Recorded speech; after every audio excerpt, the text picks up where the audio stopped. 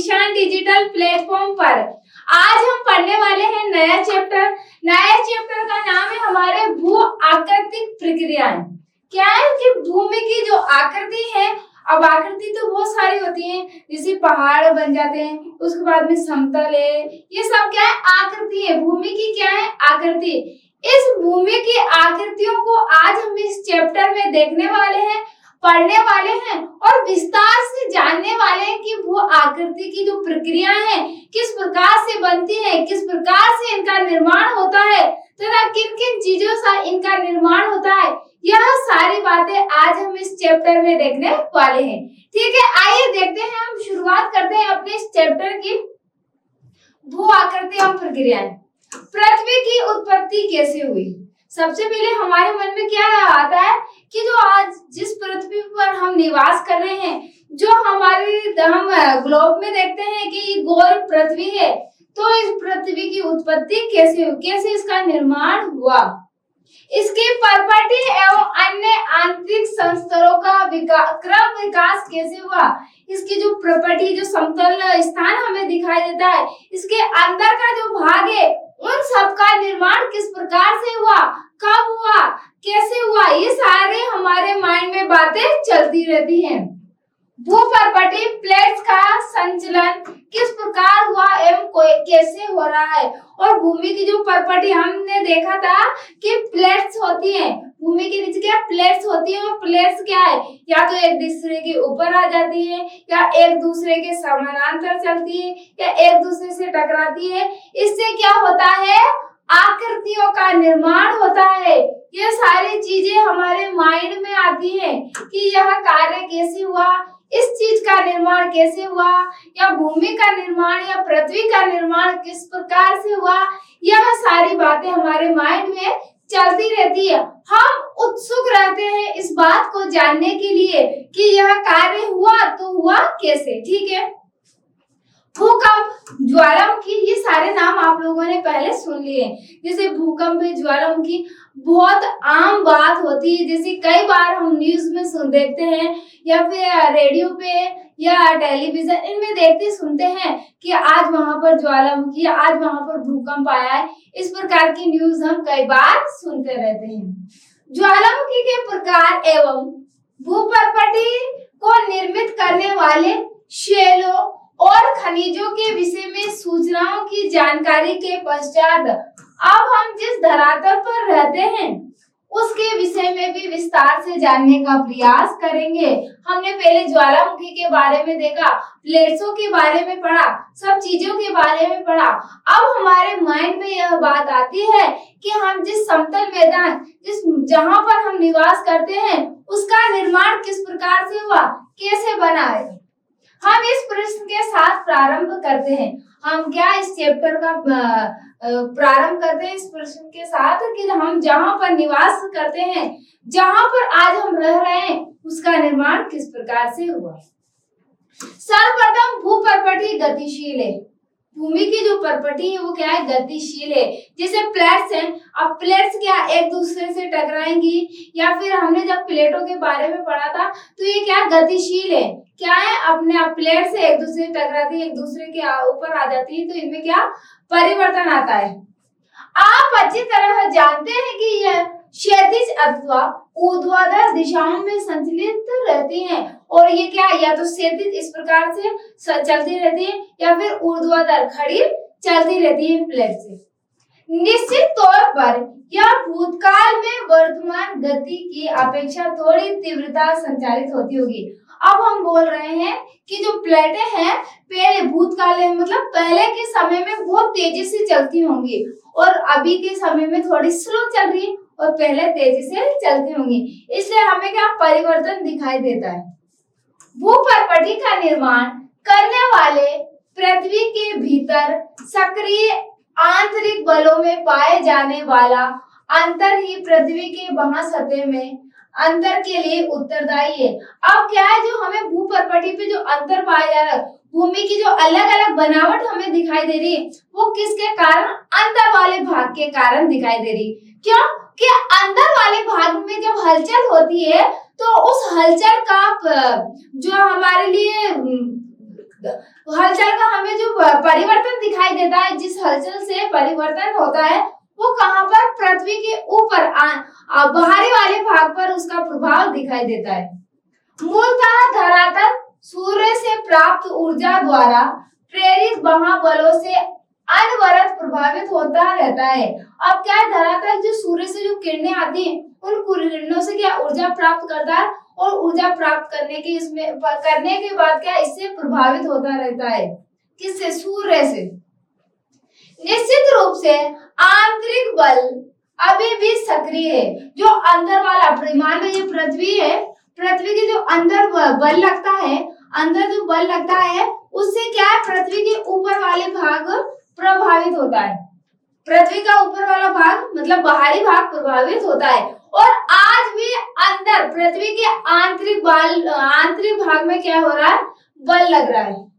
इसका तात्पर्य है धरातल पृथ्वी मंडल के अंतर्गत उत्पन्न हुए महाबलों एवं पृथ्वी के अंदर अद्भुत आंतरिक बलों से अनवरत प्रभावित होता रहता है। मतलब इसका क्या मतलब है कि आज भी अंदर वाले भाग में जो बल लग रहा है उस बल के कारण पृथ्वी के बाहरी वाले भाग आज भी प्रभावित हो रहा है तथा यह सर्वदा परिवर्तनशील है। और इससे क्या है, हमेशा सर्वदा मतलब हमेशा परिवर्तन देखने को मिलता है हमें। मान लो कि जैसे भूकंप आता है या फिर ज्वालामुखी होती है, तो पृथ्वी के आंतरिक भाग में क्या होती है, हलचल। पृथ्वी के आंतरिक भाग से ही पृथ्वी के ऊपर क्या हमारे लिए जैसे आग, कंकड़, धूल, धुआं दिखाई देता है ज्वालामुखी विस्फोट पे। तो आंतरिक भाग में जो हलचल हुई उस आंतरिक भाग का प्रभाव हमें बाहरी भाग में दिखाई देता है, और ऊपर क्या होता है, ज्वालामुखी का उद्गार हो जाता है। महाबलों को बहिर्जनित तथा आंतरिक बलों को अंतर्जनित बल कहते हैं। याद रखना, अगर आपसे पूछ लिया जाए बाह्य बलों को क्या कहते हैं, तो आप बोल देना बहिर्जनिक, और आंतरिक को अंतर्जनित बल कहते हैं। ठीक है, पृथ्वी के अंदर जो बल लगता है उसे बहिर्जनिक, और पृथ्वी के बाहर जो बल लगता है उसे पृथ्वी के बाहर जो बल लगता है वो तो बहिर्जनिक, और पृथ्वी के अंदर ये है पृथ्वी। अब ये पृथ्वी के अंदर जो बल लगेगा उसे क्या बोलेंगे बताओ, अंतर्जनित। और बाहर बल लगेगा उसे बोलेंगे बहिर्जनित। आया समझ? बहिर्जनित बलों की क्रियाओं का परिणाम होता है उभरी हुई भू आकृति। अब पृथ्वी के ऊपर बाहरी वाले भाग में जो बल लगता है, इस बल लगने के कारण हमें कौन कौन से परिवर्तन दिखाई देते हैं, तो पृथ्वी की उभरी हुई सतह, जैसे पहाड़ों का निर्माण हो जाता है, क्या होता है, पठारों का निर्माण हो जाता है। ये सारी आकृतियां मतलब उभरी हुई आकृतियां हमें दिखाई देती है। धरातल पर अपरदन के माध्यम से उच्चावच के मध्य अंतर के कम होने के तल संतुलन कहते हैं। धरातल पर जो अपरदन होता है, जैसे मिट्टी का अपरदन होता है, जल के द्वारा जल अपरदन, इन अपरदन के कारण क्या होता है, उच्चावच के मध्य अंतर, जो मतलब उच्चावच है, तापमान में जो हमें परिवर्तन दिखाई देता है उसमें जो अंतर होता है उसे क्या बोला जाता है, तल संतुलन बोला जाता है। क्या बोला जाता है, तल संतुलन बोला जाता है। याद रखना कौन सी चीजें, जैसे आपसे छोटी छोटी, जैसे तल संतुलन क्या है, ऐसे ही कई बार कई छोटी छोटी चीजें आप लोगों से पूछ लेता है एग्जामिनर। तो आपको ये जैसे बीच बीच में छोटी छोटी चीजें आ जाती है, उसे ध्यान से पढ़ना है और ध्यान से देखना है। बार बार आपको क्या करना है, रिवीजन करना है। इससे क्या होता है, बार बार आप किसी भी चीज को पढ़ते हो, देखते हो, तो वह चीज आपके माइंड में अच्छे से बैठ जाती है और आप एग्जाम में अच्छे से उस क्वेश्चन का आंसर दे सकते हो।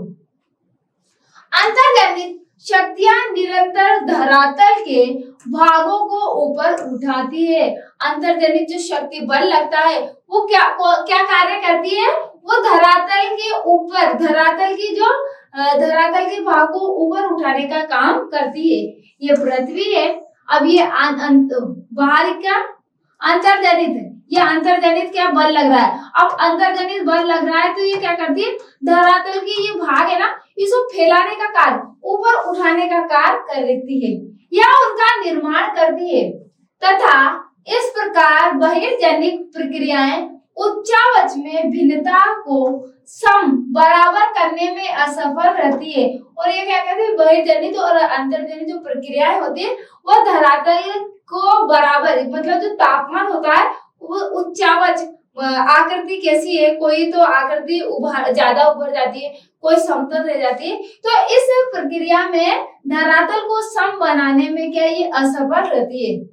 अतएव भिन्नता तब तक बनी रहती है, भिन्नता मतलब इनमें जो भिन्नता है बराबर नहीं है, भिन्नता तब तक बनी रहती है जब तक बहिर्जनित एवं अंतर्जनित बलों के विरोधात्मक कार्य चलते रहते हैं।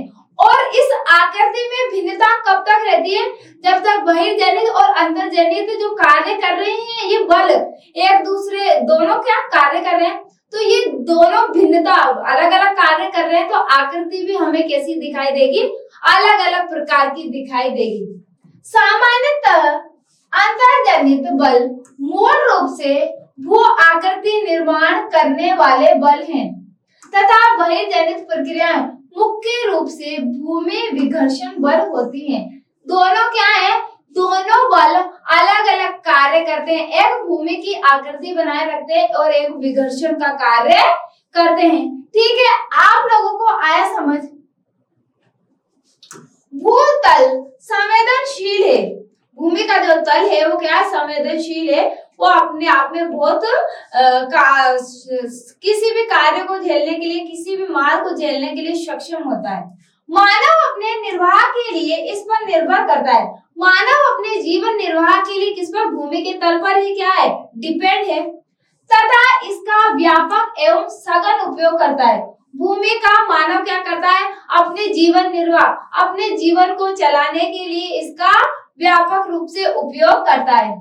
लगभग सभी जीवों का धरातल के पर्यावरण के अनुवाह में योगदान रहता है और लगभग सभी जीवों का धरातल और पर्यावरण को चलाने में अपना अपना क्या होता है, योगदान होता है, क्या होता है, अपनी हिस्सेदारी होती है। मनुष्य ने संसाधनों का अत्यधिक दोहन किया है। आज का मनुष्य या पहले का, पहले के मनुष्य, पहले के व्यक्ति कहाँ पर रहते थे, जंगलों में रहते थे और जंगलों में पशुओं को मारकर अपने जीवन यापन करते थे। लेकिन जैसे ही मनुष्य ने तकनीकी को अपनाया, टेक्नोलॉजी अपनाई, क्या करता है आज का मनुष्य, ज्यादा से ज्यादा कार, गाड़ी, मोटर, फैक्ट्रियां, उद्योग सब लगा रहा है। तो आज का मनुष्य ज्यादा से ज्यादा दोहन मतलब चीजों का ज्यादा से ज्यादा उपयोग कर रहा है और पर्यावरण को नुकसान पहुंचा रहा है। हमें इनका उपयोग करना चाहिए किंतु भविष्य में जीवन निर्वाह के लिए इसकी पर्याप्त संभाव्यता को बचाए रखना चाहिए। हमें इन संसाधनों का उपयोग तो करना चाहिए, लेकिन आने वाला जो हमारा समय है उस समय को ध्यान में रखकर हमें इनका उपयोग करना चाहिए। मान लो कोई भी चीज है, हमने इतना उपयोग कर लिया आज ही, कोई भी चीज इतना उपयोग कर लिया आज ही, उपयोग आज ही खत्म कर दिया, फिर कल क्या करेंगे हम? तो हमें किसी भी संसाधन या किसी भी चीज का उपयोग करना है, लेकिन आने वाले समय को ध्यान में रखकर करना है। ठीक है, जैसे सतत पोषणीय विकास पढ़ा था हमने, उसके जैसा। धरातल के अधिकांश भाग को बहुत लंबी अवधि, सैकड़ों हजारों वर्षों में आकार प्राप्त हुआ है। हमने पहले ही देख लिया था कि जो हमारी पृथ्वी है उसका निर्माण किस प्रकार से हुआ है, इसमें किस प्रकार से महाद्वीपों और महासागरों का निर्माण हुआ है। तो पृथ्वी को जो आज आकार मिला हुआ है वो क्या है, एक दो महीने, एक दो साल में नहीं, हजारों करोड़ों वर्षों के बाद में आज क्या है, पृथ्वी जिस आकार में है वो आकार मिला हुआ है तथा मानव द्वारा इसके उपयोग, दुरुपयोग एवं कुप्रयोग के कारण इसकी संभाव्यता विभव में बहुत तीव्र गति से ह्रास हो रहा है। लेकिन आज मानव ने क्या करा, इसका दुरुपयोग कर रहे हैं, इसका ज्यादा से ज्यादा दोहन कर रहे हैं, तो इसकी जो आकृति है, इसका जो कार्य, उसका हम क्या कर रहे हैं, इसको नुकसान, किसको, पृथ्वी को हम ज्यादा से ज्यादा, आज का मनुष्य ज्यादा से ज्यादा पृथ्वी को क्या कर रहा है, नुकसान पहुंचाने का कार्य कर रहा है। यदि उन प्रक्रियाओं जिन्होंने धरातल को विभिन्न आकार दिया है, अभी भी दे रही हैं। कौन सी प्रक्रिया? जो प्रक्रिया है उसने क्या करा है, धरातल को आकार दिया है, पहाड़, पर्वत, समतल, ये आकार दिया है वो प्रक्रिया ने, और अभी भी दे रही हैं। यूं नहीं कि आकार दे दिया अब बंद होगी, प्रक्रिया चालू है, वो कार्य चालू है। प्रक्रिया मतलब कार्य, वो प्रक्रियाएं या वो कार्य चालू है अभी भी, जिससे क्या हो रहा है, हमारे धरातल है, हमारी जो पृथ्वी है उसको क्या आकार मिल रहा है। तथा उन पदार्थों की प्रकृति जिनसे यह निर्मित है को समझ लिया जाए तो निश्चित रूप से मानव उपयोग जनित हानिकारक प्रभाव को कम करने एवं भविष्य के लिए इसके संरक्षण हेतु आवश्यक उपाय किए जा सकते हैं। मनुष्य को क्या करना है, समझना है कि आज हम जिसका उपयोग कर रहे हैं, आज जो कार्य हो रहा है उसको ध्यान में रखकर, आने वाले समय को ध्यान में रखकर हमें आज का कार्य करना है, और हम यह सोचकर कार्य करते हैं तो हमारे धरातल को कोई नुकसान नहीं होगा और हमारे भविष्य के लिए भी यह अच्छा होगा। अगला आता है भू आकृतिक प्रक्रिया।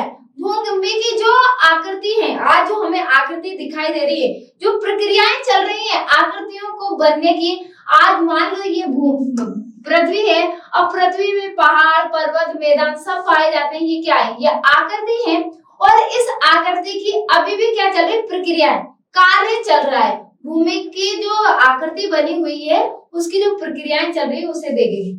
धरातल के पदार्थों पर अंतर्जनित एवं बहिर्जनित बलों द्वारा भौतिक दबाव तथा रासायनिक प्रक्रियाओं के कारण भूतल के विन्यास में परिवर्तन को भू आकृति प्रक्रियाएं कहते हैं। कि धरातल के अंदर और बाहर जो बल लगता है, जो कार्य होता है, और उस कार्य के कारण क्या होता है, भूमि की जो उभरी हुई सतह होती है, पृथ्वी की जो भाग होता है, उसमें हमें क्या दिखाई देता है, परिवर्तन दिखाई देता है। और इसी परिवर्तन से हमें क्या कहते हैं कि भूमि की आकृति में क्या हो रहा है, बदलाव नजर आ रहा है। पटल विरूपण एवं ज्वालामुखीयता अंतर्जनित भू आकृतिक प्रक्रिया है। और भूमि के ऊपर जो हमें मान लो पृथ्वी है और इस वाले भाग में हमें क्या परिवर्तन दिखाई देता है, भारी वाले भाग में हमें परिवर्तन दिखाई देता है। ये परिवर्तन किसके, ज्वालामुखी या भूकंप के कारण हमें परिवर्तन दिखाई देता है, जो इससे पहले की इकाई में संक्षेप में विवेचित है, और इसे हमने पहले की इकाई में देख लिया है। अपक्षय, वृद्ध शरण, अपर्दन एवं निक्षेपण, ये क्या है, क्रियाएं। भूमि मिट्टी की अपर्दन किस कारण हो रहा है, मिट्टी का कटाव, ये क्रियाएं हैं। बहिर्जनित भू आकृतिक प्रक्रिया है, इनका इस अध्याय में विस्तार से विवेचन किया जाएगा। अपक्षय मतलब भूमि का कटाव किस प्रकार से हो रहा है, इन सारी चीजों को हम आगे इस चैप्टर में विस्तार से देखने वाले हैं।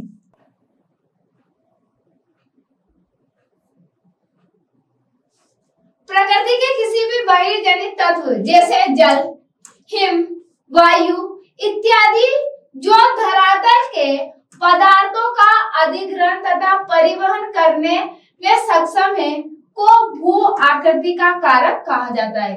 भूमि की आकृति उसका कारक, ये सब क्या करते हैं, भूमि जो पृथ्वी है, जो पृथ्वी की जो आकृतियां हैं, उन आकृतियों को आकृतियां देने का काम करती है, भूमि को आकृति बनावट देने का काम करती है। कौन कौन से तत्व है, जल, हिम, वायु, ये सब क्या, वायु कैसे है, ये रेत वाला रेत है यहाँ पर, अब रेत उड़ती है, हवा चलती है, वायु हवा चलती है, तो रेत उड़कर यहाँ पर आ जाती है और आकर एक आकृति बना देती है। जल भी अपने साथ मिट्टी का कटाव करके एक आकृति बना देता है।